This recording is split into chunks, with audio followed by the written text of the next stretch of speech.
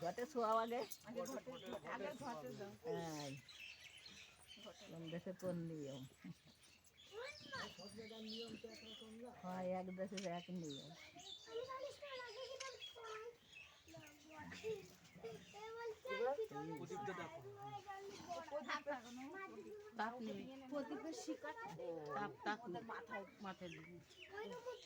দেখতে পাচ্ছ না সীমাকে সরাই দিচ্ছি দেখ তোমার দেখতে যাচ্ছে না সরতে পারছি